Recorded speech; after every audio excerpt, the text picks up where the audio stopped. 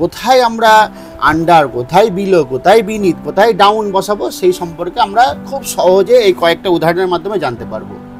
সহজে শিখবো। হ্যাঁ, খুব সহজে শিখবো। দেখো, সহজে গাই।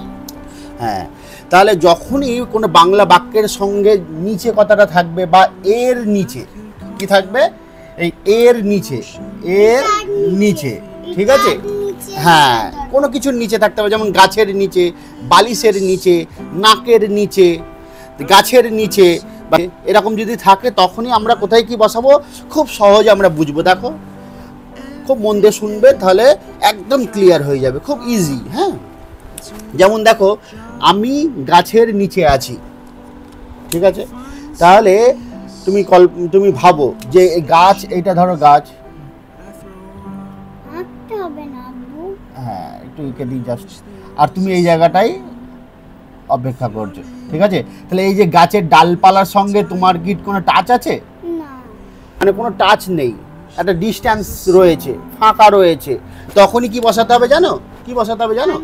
তখন আন্ডার বসাতে হবে। গুড। তাহলে আমি গাছের নিচে আছি, তাহলে কি কি হবে ইংলিশটা? I am under the tree. হ্যাঁ, I am Under the tree. Under the tree. তাহলে বোঝা গেল? আরো কিছু উদাহরণ দিতে পারো, বলো তো দেখি, কিছু বলতে পারবে? বাংলায় বলো প্রথমে। হ্যাঁ, যেটা তোমার, আমি টেবিলের নিচে আছি। হ্যাঁ, আমি টেবিলের নিচে আছি। বাহ, তাহলে টেবিলের সাথে তোমার কোনো টাচ থাকে? আমি আবার টাচ হতেও পারে, যখন টাচ হবে তখন অন্যরকম হয়ে যাবে।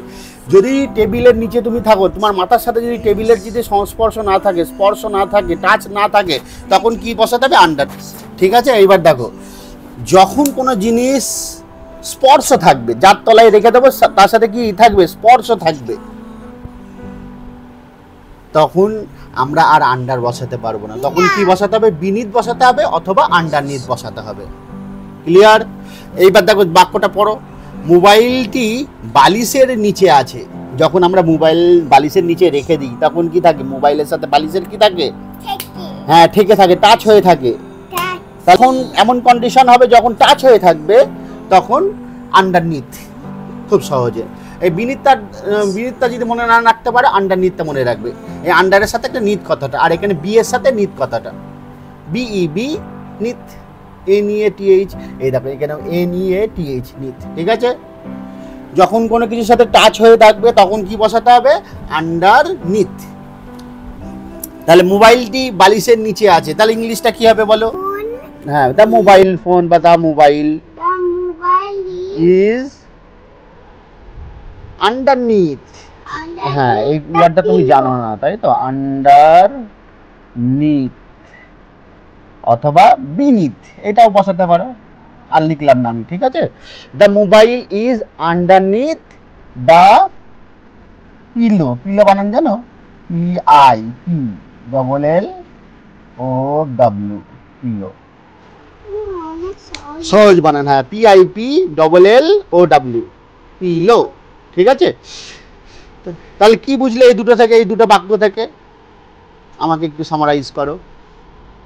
যখন কিছু তলায় থাকবে, যদি না ঠেকলো এখানে আন্ডার বসবে। হ্যাঁ, আর যখন ঠেকে থাকবে, নিচেও থাকবে, তখন বিনিথ অথবা আন্ডারনিথ বসাতে হবে। তখন বিনিথ অথবা আন্ডারনিথ বসাতে হবে। ঠিক বলেছো, ভেরি গুড।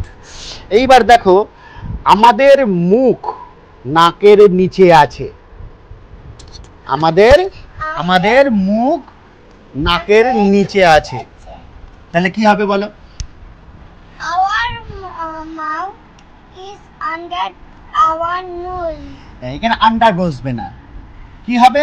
আমরা বিলোটা কখন বসাবো? এই বিলোটা কখন বসাবো জানো? যখন না, যখন কোনো দুটো জিনিসের মধ্যে একটা সম্পর্ক থাকবে, রিলেশন থাকবে। নোজ আর মাউথ আমাদের বডি পার্টস, তাহলে এদের মধ্যে একটা সম্পর্ক রয়েছে, রিলেশন রয়েছে, তখন কি বলতে হবে? তখন আন্ডার ব্যবহার করা যাবে না, অথবা আন্ডার নিতে ব্যবহার করা যাবে না, তখন কি বলতে হবে? তখন বিলো বলতে হবে। তাহলে আমাদের মুখ নাকের নিচে আছে, দেখেছো? এখানেও নিচে কথাটা আছে, দেখেছো কত সহজ ব্যাপার? তাহলে আওয়ার মাউথ, MOUTH, মাউথ বানান জানো তো? আওয়ার মাউথ জানো না তাই তো? আওয়ার মাউথ ইজ, আমাদের মুখটি হয় বিলো, নিচে আছে নোজ, তাহলে our mouth is below our nose.